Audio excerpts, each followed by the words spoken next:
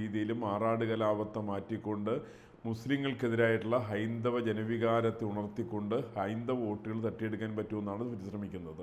പക്ഷേ ഇതിൻ്റെ ഒരു വസ്തുത ഇതിനെ സംബന്ധിച്ചുണ്ട്.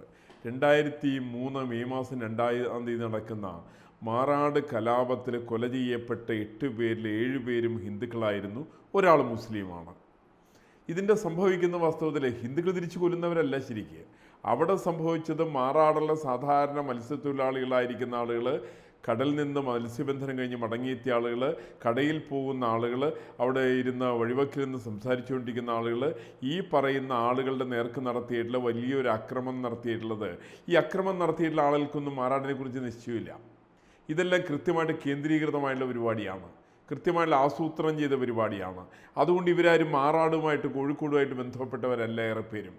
അങ്ങനെയുള്ള ചില ആളുകൾ അവിടെ വന്ന് കൊല ചെയ്യപ്പെട്ട സമയത്താണ് ഹിന്ദുക്കളെ കൊല ചെയ്ത് കൂടാതെ കണ്ട് ഒരു മുസ്ലിമിനെ ഇവർക്ക് കൊല ചെയ്യേണ്ടി വന്നു. അങ്ങനെയാണ് ഒരു മുസ്ലിം അതിനകത്ത് മരിക്കുന്നത്. അതിനുശേഷം AKNയുടെ സർക്കാർ അതിനായിട്ടൊരു അന്വേഷണ കമ്മീഷൻ ഏർപ്പാട് ചെയ്തു. തോമസ് പി ജോസഫ് എന്നാണ് കമ്മീഷൻ്റെ പേര്. ആ കമ്മീഷൻ്റെ റിപ്പോർട്ട് പുറത്തു വന്നിട്ടുണ്ടല്ലോ. അതിനകത്ത് ആർക്കൊക്കെതിരായിട്ട് ചാർജ് വന്നിരിക്കുന്നത് 22 പേര് മാർക്സിസ്റ്റ് കമ്മ്യൂണിസ്റ്റ് പാർട്ടിയായിട്ട് ബന്ധപ്പെട്ടവരാണ്, 2 പേര് കോൺഗ്രസ്സുകാരാണ്, 32 പേര് മുസ്ലിം ലീഗുകാരാണ്. അങ്ങനെയാണല്ലോ 56 പേര് അറസ്റ്റ് ചെയ്യപ്പെട്ടത്. അപ്പോൾ എന്ന് വെച്ചാൽ മാർക്സിസ്റ്റ് കമ്മ്യൂണിസ്റ്റ് പാർട്ടിക്കും ലീഗിനും കോൺഗ്രസ്സിനും ഒക്കെ തന്നെ ഈ സംഭവത്തിൽ വലിയ പങ്കാണുള്ളത്.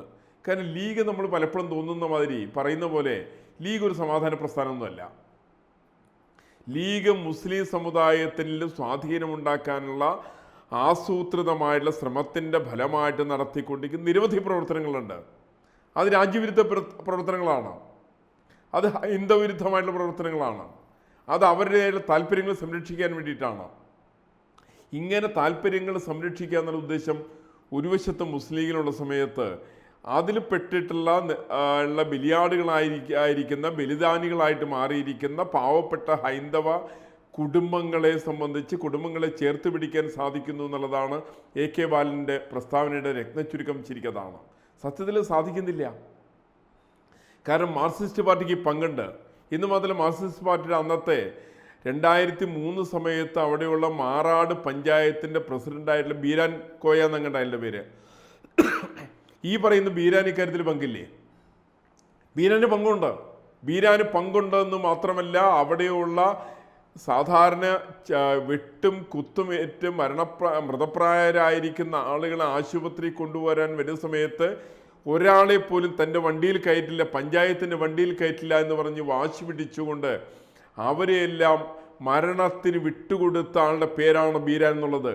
ആ ബീരാനോട് കമ്മ്യൂണിസ്റ്റ് പാർട്ടിയുടെ നേതാവാണ്. അതുകൊണ്ടാണ് പിൽക്കാലത്ത് നമുക്കറിയാലോ 2003 അവസാനത്തിൽ പിണറായി വിജയനും ബീരാനും കൂടിയിട്ട് അവിടെ മാറാട് കടപ്പുറം സന്ദർശിക്കാൻ വേണ്ടിയിട്ട് തയ്യാറായി.